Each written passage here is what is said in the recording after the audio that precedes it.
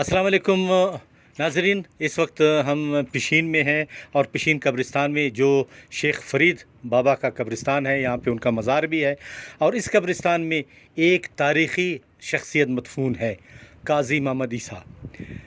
آپ کو معلوم ہے کہ جب پاکستان بن رہا تھا تو سب سے پہلے یہاں سے قاضی محمد عیسیٰ نے مسلم لیگ جوائن کیا اور انہوں نے پاکستان کی تحریک میں بڑھ چڑھ کر حصہ لیا۔ وہ قائد اعظم کے دوست تھے۔ قائد اعظم جب بلوچستان آتے یا وہ میر احمد یار خان سے ملتے یا قاضی عیسیٰ سے، قاضی عیسیٰ نے بہت بڑھ چڑھ کر حصہ لیا اور یہاں پہ قائد اعظم آتے رہے، قائد اعظم کی انہوں نے دعوتیں کی۔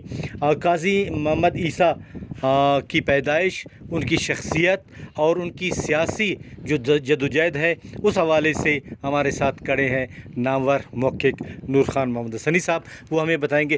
نور خان صاحب، قاضی محمد عیسیٰ کے حوالے سے کہ ان کی کیا تاریخی پس منظر ہے؟ دیکھیں، جب وہ ان کے مقبرے کی جو ہے نا کتبے پر لکھا ہوا ہے کہ تاریخ پیدائش ان کی جو ہے 17 جولائی 1913 کو ہے اور تاریخ وفات 19 جون 1976۔ یہ بھی ان کے جو ہے نا بڑے بھائی کا مقبرہ ہے، قاضی محمد موسیٰ۔ یہ ان کی بھی تاریخ پیدائش 30 دسمبر 1911 ہے اور 22 مئی 1956 کو وہ ان کا انتقال ہوا ہے۔ یہ باقی بھی ان کے جو قبریں ہیں ان کے خاندان سے ہی متعلق لوگوں کے، جن پر کتبے نہیں لگے ہوئے۔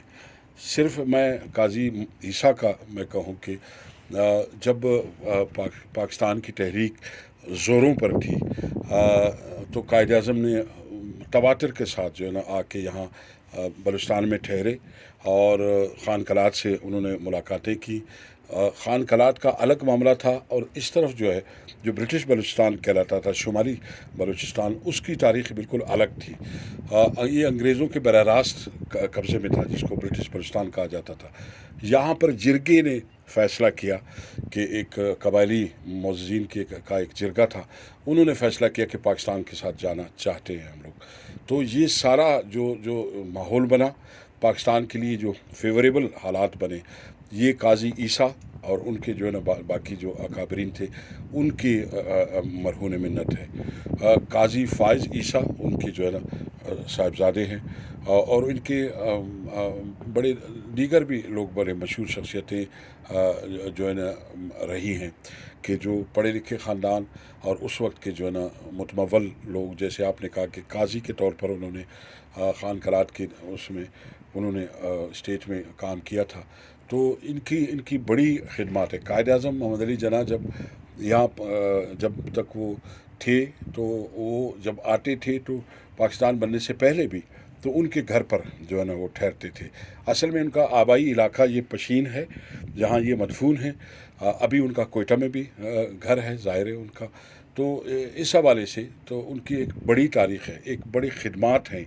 تو ہمیں چاہیے کہ ایسے لوگوں کو ہم بھولیں نہ، جنہوں نے پاکستان کی اس موجودہ پاکستان کے سرحدوں کو مضبوط بنایا، جنہوں نے جدوجہد کر کے اتنا بڑا ایریا، برٹش بلوچستان بھی ایک بہت بڑا ایریا تھا، جس کو جو ہے نا انہوں نے پاکستان کا حصہ بنایا۔ تو یہ ہمارے تحریک پاکستان کے اس طرح سے بڑے زعما لگتے ہیں، زعما ہیں کہ جنہوں نے اپنی جدوجہد اور کوششوں سے لوگوں کو قائل کیا کہ آنے والے وقتوں میں پاکستان سروائیو کرے گا، پاکستان ہی رہے گا، اس لیے یہ سارا علاقہ پاکستان کے اندر اس کا الحاق کیا جائے۔ تو ایسے لوگوں کو یاد رکھنا چاہیے، ایسے لوگوں کو بھولنا نہیں چاہیے، ایسے لوگوں کی خدمات کو ہمیشہ خراج تحسین پیش کرنا چاہیے۔ بہت بہت شکریہ ناظرین، آپ نے دیکھ لیا کہ قاضی محمد عیسیٰ، ان کی جو تاریخی حوالے سے خدمات ہیں ان کے بارے میں آپ کو معلومات فراہم کی، اور انشاءاللہ ہم بلوچستان میں ایسی شخصیات کے حوالے سے ہم آپ کو معلومات فراہم کرتے رہیں گے۔ قیوم بیدار کو اجازت دیجیے۔ اللہ حافظ۔